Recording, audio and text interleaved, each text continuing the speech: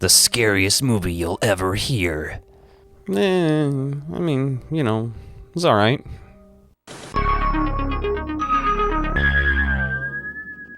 So this weekend I saw Undertone, and I gotta say, I'm fucking underwhelmed, man.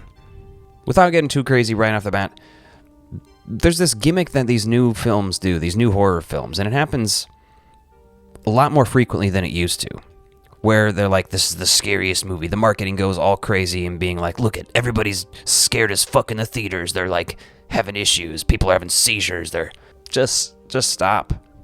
You're ruining it. This happened the last time with Longlegs. Longlegs was way overhyped. The next Silence of the Lambs. That's what ruined it for me. Now, I've since come around on Longlegs, but not still in the same capacity and with the same feeling that everybody else had when they watched it. I genuinely thought, this was okay, but like, what the hell are you talking about, the next Silence of the Lambs? And I'm not gonna lie, I'm even more underwhelmed with Undertone. But before we get to everything I hated about this movie, let's talk about the things I liked. As someone who does a podcast with my brother that started long distance, and we actually still do it over the internet, even though we live within, 30 minutes of each other, the idea behind that was cool. I liked that. I even got sucked into some of their banter and stuff, and them talking and whatnot. The dynamic of her being a skeptic and him being a believer, pushing this stuff on her. I get what the film's trying to do with this subtlety. So there's a few times where they're the lingering shots of the dark. They do what they're supposed to. They were sort of effective here and there. Obviously, the biggest positive about this movie is going to be the sound design and how the sound was handled in this movie. As far as I'm concerned, it's just a gimmick for that. The message in this movie was trying to be subtle, but we'll get there in a minute. The detail of the sound, like when she has her headphones on, all we hear is like that raw sound that you would hear in headphones. When she takes them off, you hear sort of room tone again, you hear the clock ticking, stuff like that. Some of the editing choices like that, and again, the sound design was just peak, but that only goes so far. And listen, I went to school for audio engineering. I'm technically an audio engineer. I don't get paid for it anymore, but it's true. It wasn't enough to save this movie for me. Now again, due to the overhype, I tried to go in with reservations about this movie. Like, okay, maybe if I have low expectations, I'll be right on par with how the movie actually is. Because up until like the last 2 weeks, the marketing wasn't as crazy as it has been. It was just like, oh, you should go see this horror movie. It's about horror podcasters, and it's kind of scary. The last 2 weeks have been like, my God, the scariest shit you'll ever see. You're gonna shit your pants. Better wear a diaper to the movie theater, punk. And listen, I'm the first person to criticize someone when they call a movie boring, but this movie was boring. Oh, I get it, you're trying to be subtle, but you're really just being boring and vague. Sorry, we're talking about the positives of the movie still. We're trying to, at least. Okay, I'm honestly having trouble coming up with any more positives. The acting was decent. No qualms on there. The filmmaking itself was good. No problems with, the direction, cinematography. Lighting all looked pretty good. There were some very interesting, style choices and stuff. But all that can only do so much when the story is... If you don't have anything nice to say, don't say it. But, you know what I mean? Let's just get right to the negatives, because I have nothing else positive to say. The pacing. Okay, again, you're subtle. It's a slow movie. I can handle slow movies, dude. I really can. I love David Lynch, so I'm no fucking bitch, I can watch a guy sweep a room for 10 minutes and not bat an eye.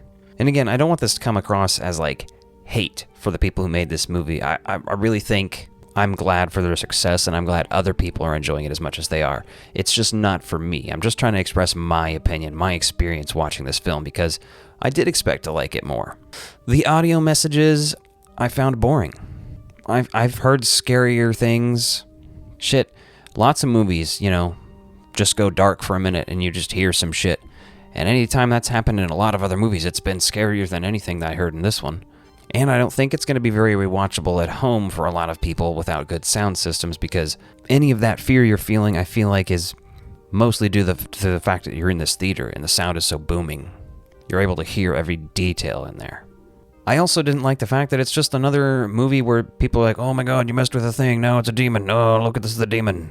I get it, it's kind of it's a trope. It's a common type of movie, demons or whatever. But this is, honestly, it just didn't do it for me. The tapes had like one or two creepy moments finally when the person's like speaking gibberish and you can hear like other underlying voices on there, but the most unsettling this movie ever gets is during the last 20 minutes. There's one of these particular phone calls that happens it's spooky because this woman is doing something on the other end of the line that admittedly is pretty fucked up, and it sounds fucked up, and it's hard to listen to, but at the same time, I was underwhelmed. It tried to do something new by just having basically one character on screen. The character of Mama doesn't count. We don't know how long that character was dead for. I mean, she fell out of bed at some point, which I don't understand. I don't know how long she was supposed to have been dead for. There's lots of really random inconsistencies in here. I don't mind that stuff. It's fine, it's something to notice and try to unravel in your head. Oh, does this happen here or there? It's not certain necessarily. That's fine. But it just didn't play. It was boring. I thought eventually they would reveal some of these other people's faces, like Zod. I don't know.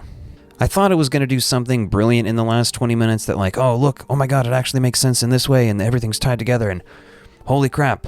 It's almost like like the end of the Saw movies where there's a jigsaw moment, like, oh, he stands up, oh, it's kind of like a twist, and it's explained in an interesting way what's been happening. No, none of that. Boring. Snooze fest. So now we get to what I like to call the political analysis. And I'm not the only person that's noticed this, but I think this film had slight undertones, you like see what I did there, of anti-abortion messaging. I don't know if it's younger people that are seeing this and like, this is the scariest movie I've ever seen. And like, I don't know, I could see that. Like, if you haven't watched a fuck ton of horror movies, that this is probably pretty scary. When I say it's not scary, I do realize that I'm one of those people who's desensitized. There aren't many horror movies that are going to scare me. And jump scares aside, right? That can get anybody potentially, right? But like, what has you later thinking about it at night when you're laying in bed or like creeping down the stairs? So I wasn't the only person online who noticed the subtle anti-abortion sort of themes here and possible religious undertones. And I don't mean obviously there's religious characters in the film and religious things happening. I mean, this film sort of feels like it's taking a stance, you know what I mean? A subtle stance, sure. Subtle like hitting you over the head with a hammer.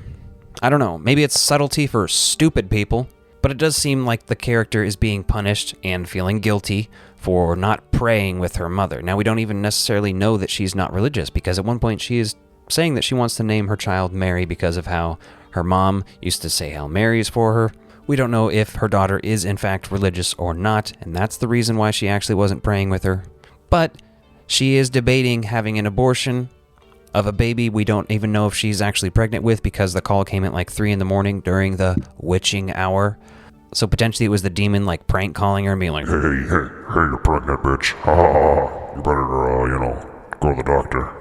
Go to the gynecologist, And then later she calls back and is like, hey, I need to make an appointment with a women's clinic. And Abazu, this demon's like, oh, hell no, bitch. I'm killing that baby. It's just, I don't know. I didn't see it personally, but I did see other people saying the director was thanking God or something in the credits. Now, again, I can't substantiate that because I didn't actually see it. I didn't pay attention to the credits that much. And I've seen others describe it as a very personal film, which again leads me to believe that's the messaging of the film.